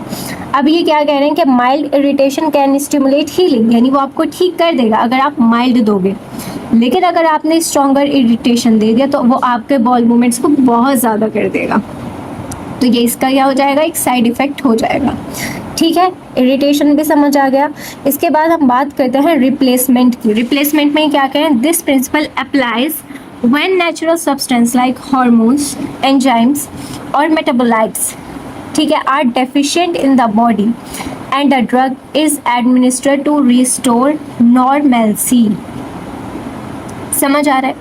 तो रिप्लेसमेंट का मतलब क्या है, this present apply when natural substance, जो हमारी बॉडी में नेचुरली प्रेजेंट सब्सटेंस है, जैसे कि कोई हार्मोन है, एंजाइम है, मेटाबोलाइट है, वो डेफिशिएंट है, वो कम है, तो अब उन्हें रिस्टोर करने के लिए, उन्हें नॉर्मल अमाउंट में लाने के लिए हम ड्रग देते हैं उसको। ये जो मैकेनिज्म है, इट्स रिप्लेसमेंट। एग्जाम्पल से और अच्छे से समझ आएगा, इंसुलिन थेरेपी दी जाती है डायबिटीज़ वालों को, क्योंकि डायबिटीज़ में इंसुलिन तो नहीं बनता या कम हो जाता है, ठीक है, ग्लूकोज बढ़ा रहता है, तो इसलिए ये जो इंसुलिन है ये रिप्लेसमेंट की तरह काम करता है, क्योंकि नेचुरल तो है नहीं। अब ये इंसुलिन दिया जाता है ताकि वो नॉर्मल स्टेट में इनका एक बैलेंस रहे, ग्लूकोज का और इंसुलिन का, अल्फा सेल्स के सिक्रीशन का और बीटा सेल्स के सिक्रीशन का, right. Cytotoxic, cyto mean cell, toxic मतलब टॉक्सिसिटी। अब देखते हैं आगे क्या कह रहे हैं। The drug is design to selectively destroy invading micro organisms और पैरासाइट और malignant cancer cells without damaging the host healthy body cell. ये क्या बोल रहे हैं कि साइटो मतलब सेल, टॉक्सिक मतलब टॉक्सिसिटी। तो ये वो ड्रग्स होती हैं जो सिलेक्टिवली डिस्ट्रॉय करती हैं किसको, माइक्रो ऑर्गेनिजम्स को और पैरासाइट को, या फिर सेल्स क्यों कहा गया है, क्योंकि यहाँ पर मैलिग्नेंट कैंसर सेल्स की भी इन्होंने बात की है। लेकिन इसमें अच्छी बात ये होती है कि जो होस्ट है, जो पर्सन है, ह्यूमन है, उसे कोई भी हार्म नहीं पहुँचाता, जो उसकी हेल्दी सेल्स हैं, क्योंकि आपको पता है कि कैंसर सेल्स भी तो उसी इंसान की सेल्स हैं ना। बिल्कुल सही बात है, लेकिन ये सिर्फ उन्हीं पर एक्ट करता है जो हमारे बॉडी में इरेगुलर है, इरेगुलर नहीं एबनॉर्मल है। नॉर्मल सेल्स को ये कुछ भी नहीं करेगा, एबनॉर्मल यानी कि कैंसरस सेल्स को या फिर माइक्रो ऑर्गेनिजम्स को, जो बाहर से फॉरेन ऑर्गेनिजम्स हैं, उन्हें किल करेगा। तो इट्स द साइटोटॉक्सिक एक्शन, जैसे antibiotic kill bacteria, chemotherapy targeting tumour cells. Example से इस चीज़ें और अच्छे से समझ आ जाते हैं, इसलिए एग्जाम्पल आप पता है कैसे याद कर सकते हो, एग्जाम्पल से ये याद कर लो, एग्जाम्पल से ये याद कर लोगे तो और ईजी है, लेकिन इससे अगर ऐसे याद हो रहा है तो ये भी ईजी है। जब आप साइटोटॉक्सिक की बात करो तो आपको याद आना चाहिए कि एंटीबायोटिक्स जो है वो बैक्टीरिया को किल करती है, ठीक है। कीमोथेरेपी जो है ट्यूमर सेल्स को टारगेट करती है, उन्हें रिमूव करती है ना, ख़त्म कर देती है। तो समझ आ रहा है आपको? फिर ये 5 थे प्रिंसिपल्स ऑफ ड्रग एक्शन, समझ आ गया आपको? इसकी ट्रिक हमने पढ़ी, सिड सर, सिड CR, ठीक है। सिड क्या है? सिद्धार्थ, सिड इज सिद्धार्थ, वो क्या है? CR है। चलिए अब हम पढ़ते हैं मैकेनिज्म ऑफ ड्रग एक्शन, कि ड्रग किस तरह से काम करती है। Through receptors, through enzymes, through ion channels, through physical और केमिकल एक्शंस। कितने तरीके से काम करती है? 4 तरीके से। जो सबसे ज़्यादा इम्पोर्टेंट है ना बच्चों, वो ये वाला आता है। ये मैंने आपको लास्ट वीडियो में भी बताया था कि ये वाला बहुत इंपॉर्टेंट होता है, agonist, antagonist and partial agonist वाला, ठीक है। क्या बोल रहे हैं? This is the most common mechanism. Cell surface contain highly specific proteins, जिसे हम रिसेप्टर्स कहते हैं। ये हम पिछली वीडियो में भी पढ़ के आ रहे हैं। The drug molecule act as a key design to interact with these receptors. ये हमने केमिस्ट्री में भी पढ़ा था ना, लॉक एंड की वाला। वही यहाँ पर बात है कि स्पेसिफिक रिसेप्टर के लिए स्पेसिफिक ड्रग है। ऐसा नहीं है कि कोई भी ड्रग कहीं भी जाके किसी भी रिसेप्टर से जाके बाइंड हो जाए। जैसे कि हर ताली हर ताले में नहीं लग सकती, वैसे ही हर ड्रग हर रिसेप्टर पे बाइंड नहीं हो सकती। इट्स अ वेरी स्पेसिफिक, ठीक है। एगोनिस्ट क्या होता है? These drug bind perfectly to the receptor, activated, trigger it and intended cellular response, ठीक है। एंटागोनिस्ट क्या है? These drug bind to receptor but do not activate it, instead they physically occupy the site to prevent the body natural chemicals from binding.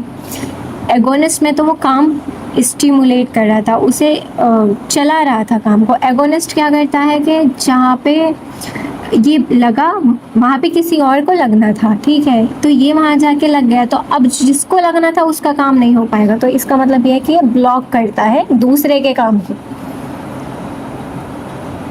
देखो इन्हें example ये समझा रहे हैं कि antagonist like inserting a broken और wrong key into a key hole, it would not open the door but it effectively jams the lock, preventing the real key from entering. समझ आ रहा है? Real world example, beta blocker bind to cardiac receptors. Beta blockers पता है bind करते हैं cardiac receptors to block adrenaline, they are by preventing a rapid heart rate during stress, ठीक है, ये समझ आ गया।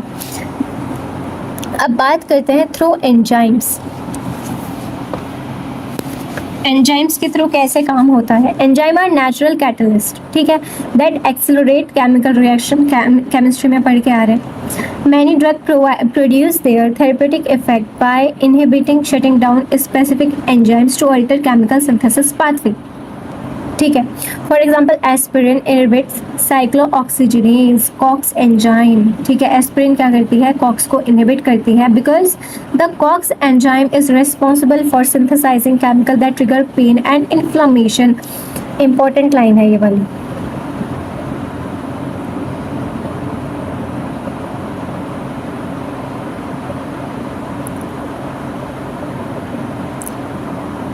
याद कर लेना कि एस्पिरिन जो होती है किसको इनहिबिट करती है? कॉक्स को। और जो कॉक्स एंजाइम है वो क्या काम करता है? पेन और इन्फ्लामेशन को ट्रिगर करता है। जब इसे हम शट डाउन कर देंगे, ठीक है, इससे बाइंड हो जाएगा तो फिर आपकी बॉडी में पेन नहीं होगा, स्वेलिंग नहीं होगी, इन्फ्लामेशन कम हो जाएगा।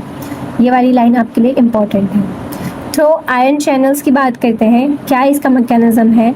Cell membrane contain specialised pores, जिसे हम आयन चैनल्स कहते हैं, बिल्कुल ये हमें पता है, ठीक है, that regulate the influx and efflux, यानी जो अंदर लाता है और बाहर भेजता है, लाइक सोडियम, कैल्शियम, पोटेशियम को। This ion flow maintain electrical currents necessary for the nerve conduction and muscle contraction, ठीक है।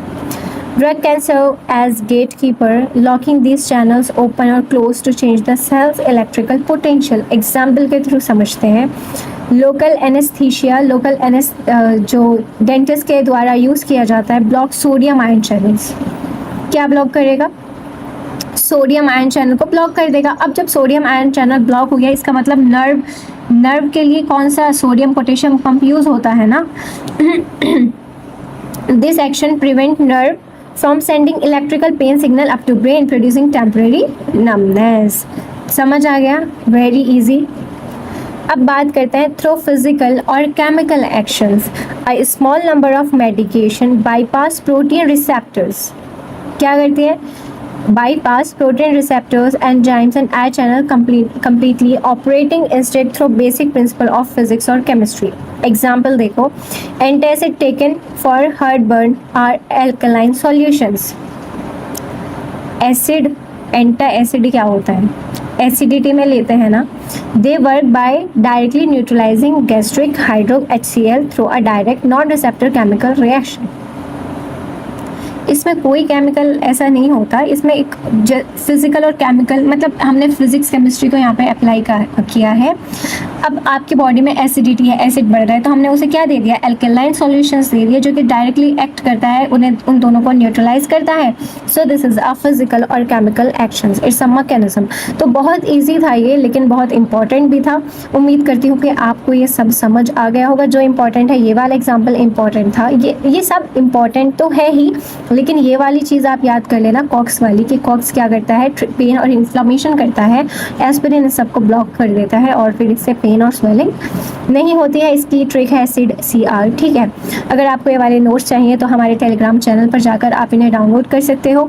वीडियो अगर आपको पसंद आई है तो इसे लाइक कीजिए और अपने सभी फ्रेंड्स को शेयर कीजिए, ताकि वो भी चीज़ों को आसानी से समझ सकें।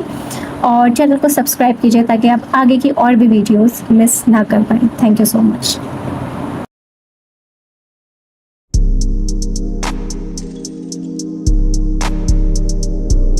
हेलो स्टूडेंट्स, आज हम बात कर रहे हैं अपने फार्माकोलॉजी के लास्ट टॉपिक की, क्योंकि इसके बाद फार्माकोलॉजी में हमारी ड्रग्स हैं, वो ड्रग्स हम पढ़ेंगे, लेकिन ये थियोरेटिकल जो कि हमारा दे रखा है सिलेबस में, उसके हिसाब से लास्ट है, फिर हम ड्रग्स पढ़ेंगे।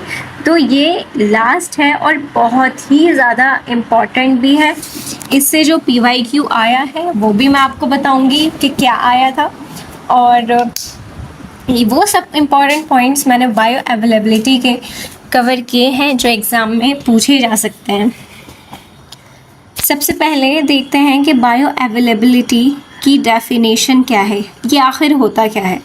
सो बायो अवेलेबिलिटी द फ्रैक्शन यानी पोर्शन ऑफ एन ड्रग, ठीक है, जो एडमिनिस्टर की गई है, that reach the systemic circulation यानी ब्लड इन अनचेंज फॉर्म। क्या मतलब है इसका?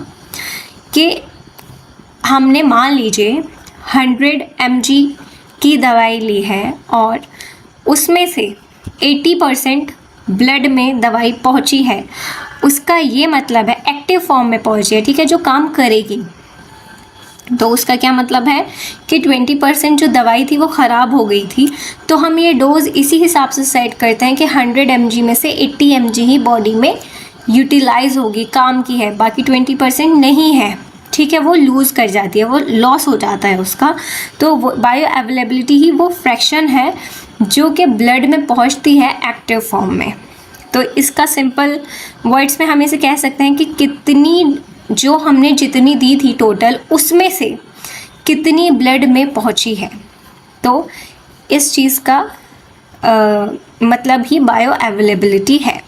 अब हम बात करते हैं इसके फॉर्मूले की, जिसमें AUC होता है area under curve, total amount of drug absorb जो बताता है। IV की ये वाली बात इम्पॉर्टेंट है कि जो IV रूट से दवाइयाँ दी जाती हैं उनकी बायो अवेलेबिलिटी कितनी होती है? 100%। अब मैं आपको फिर से एक चीज़ दिखाती हूँ। मैंने डेफिनेशन में आपको क्या बताया था कि वो फ्रैक्शन या वो पोर्शन दवाई का जो कि ब्लड में पहुंचता है, सही बात है। गौर करने वाली बात ये है, मैं यहाँ भी अंडरलाइन कर देती हूँ, जो ब्लड स्ट्रीम में पहुंचता है, ब्लड में पहुंचता है। तो IV में क्या होता है, जो भी हम दवाई डालते हैं, दवाई इंट्रोड्यूस करते हैं बॉडी में, वो क्या ब्लड में नहीं जाती? तो हाँ, वो ब्लड में जाती है। तो इससे पता चलता है कि वो डायरेक्ट ब्लड में एंटर कर रही है, इस वजह से आईवी यानी इंट्रावेनस रूट का जो बायो अवेलेबिलिटी है वो 100% होती है। समझ आ गया ना कि क्यों होती है। AUC का मतलब होता है एरिया अंडर द कर्व। अब मैं आपको समझा देती हूँ कि ये क्या बोल रहे हैं।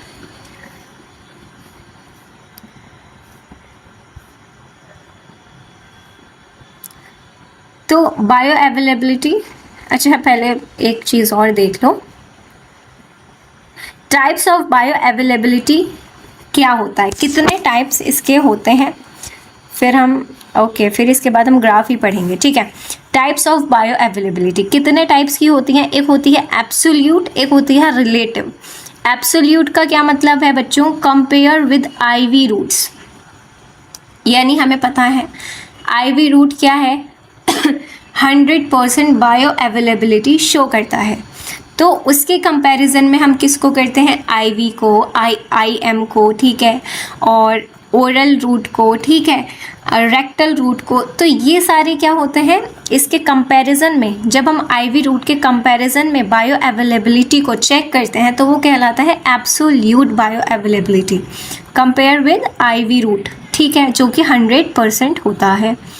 अब रिलेटिव बायो अवेलेबिलिटी की बात करते हैं तो compare between two different formulations.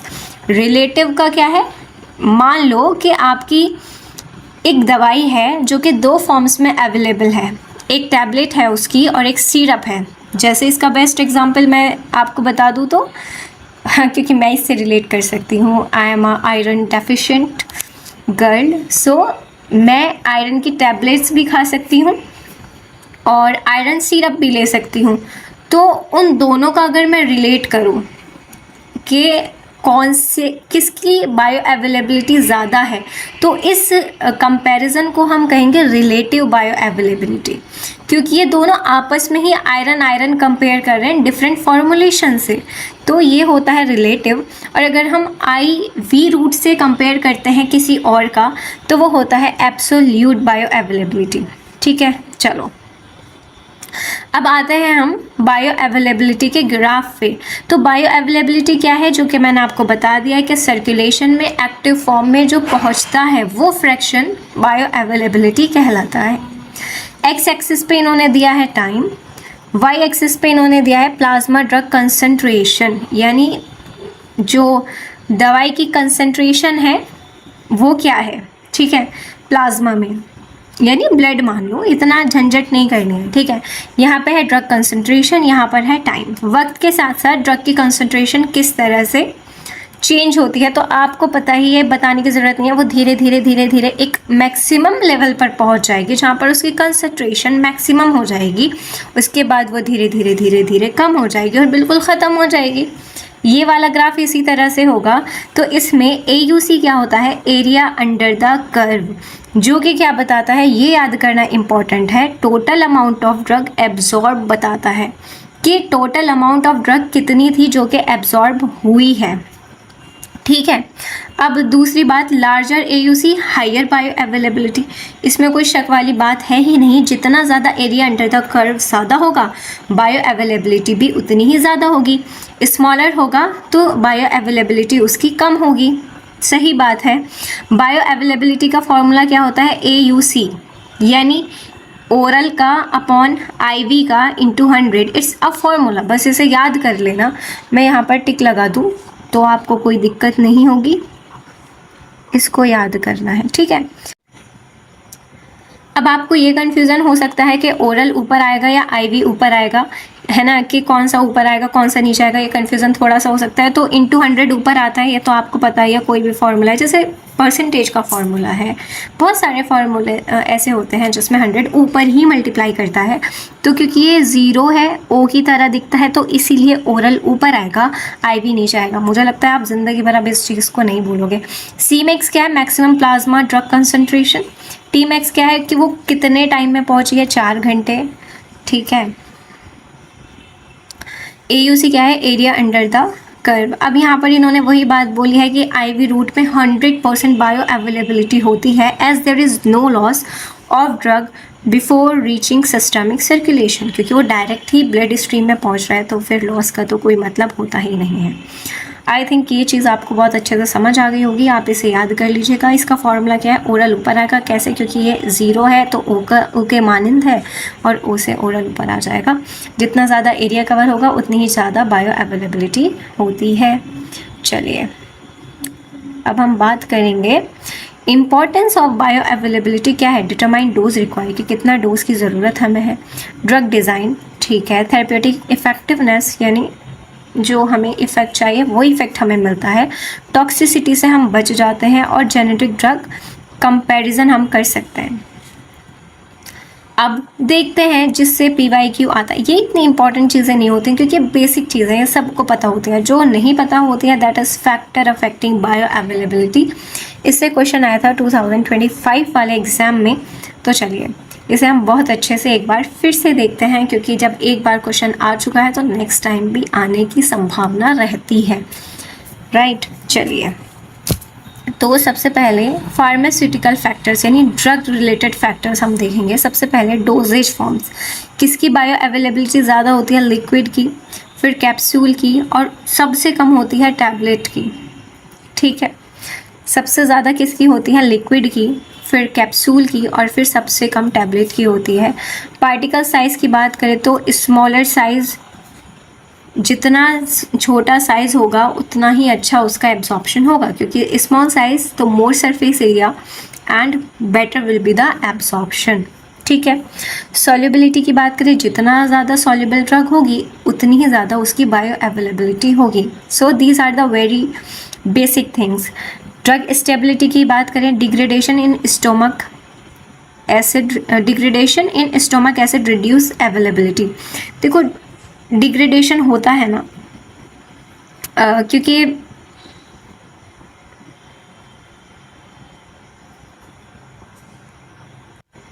जब हमारी ड्रग कांटेक्ट में आती है एसिड के, तो वो वहाँ पर थोड़ी सी डिस्ट्रॉय हो जाती है, डिग्रेडेशन उसका हो जाता है, यानी उसके एक्टिव फॉर्म में कमी आ जाती है, जिसकी वजह से रिड्यूस इट्स बायो अवेलेबिलिटी।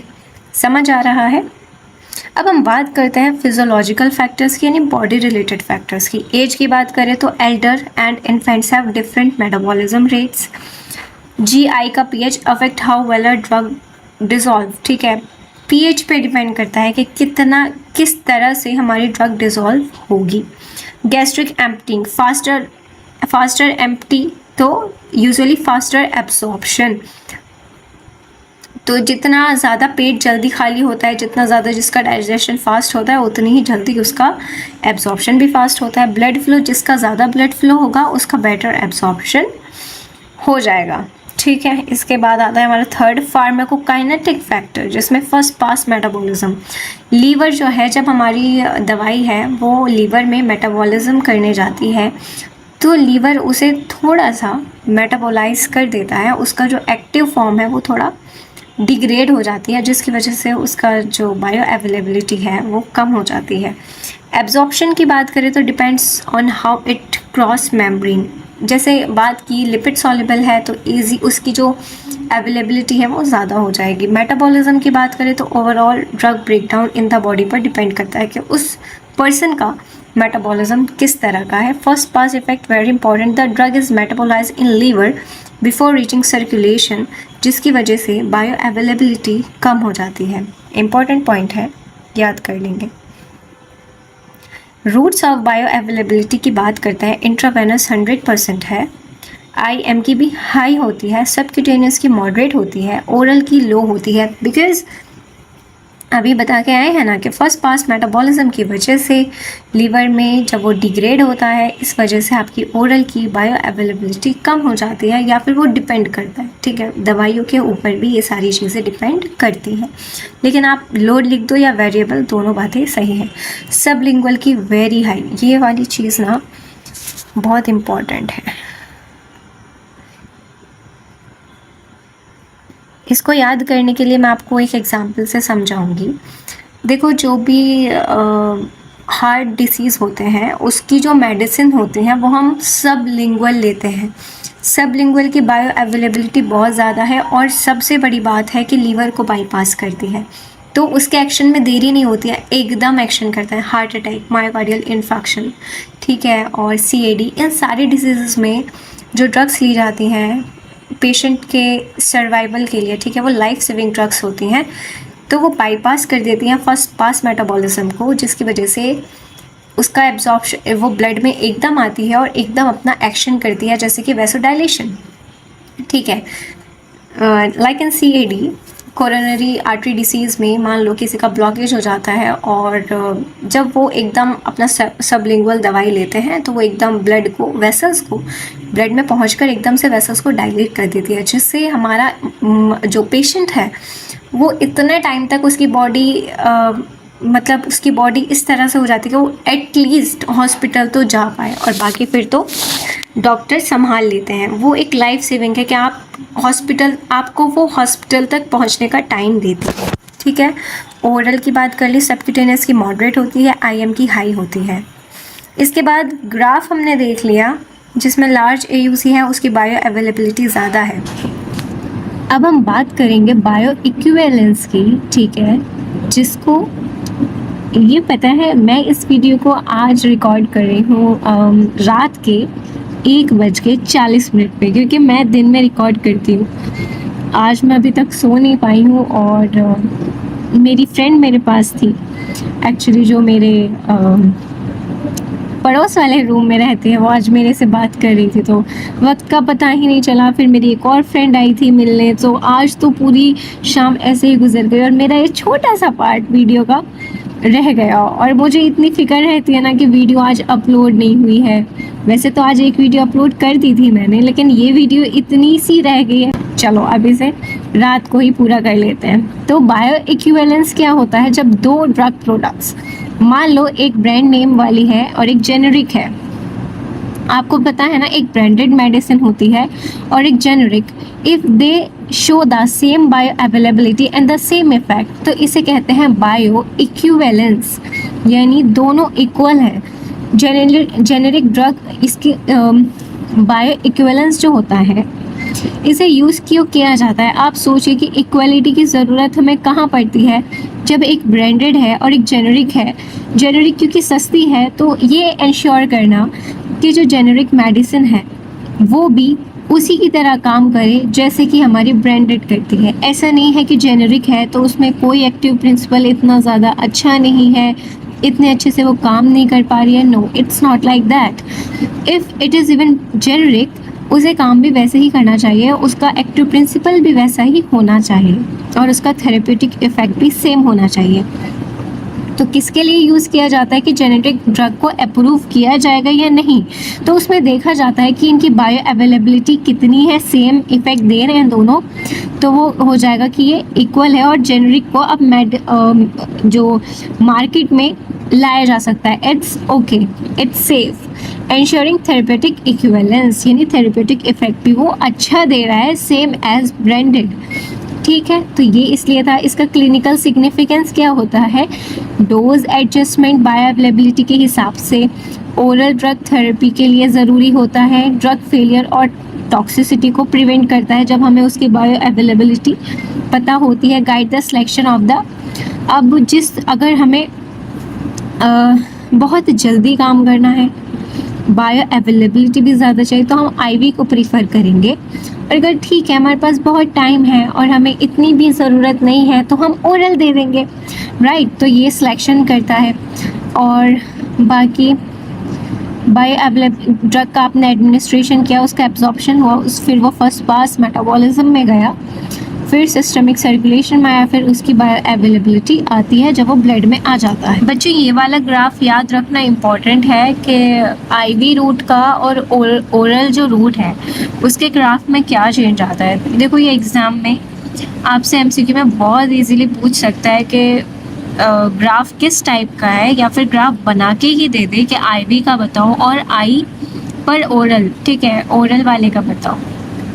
तो ये बात याद रखना, IV की कंसंट्रेशन हाई से शुरू होती है। क्यों? क्योंकि 100% है, 100% के बाद 200% तो नहीं होगा ना, उससे कम ही होगा, तो कम होता जाएगा, कम होता जाएगा, एट द एंड ख़त्म हो जाएगा। लेकिन जो हम ओरली लेते हैं वो धीरे धीरे उसका एब्जॉर्प्शन होगा, तो वो धीरे धीरे बढ़ेगा मैक्सिमम कंसंट्रेशन पे पहुंचेगा और उसके बाद कम होता जाएगा।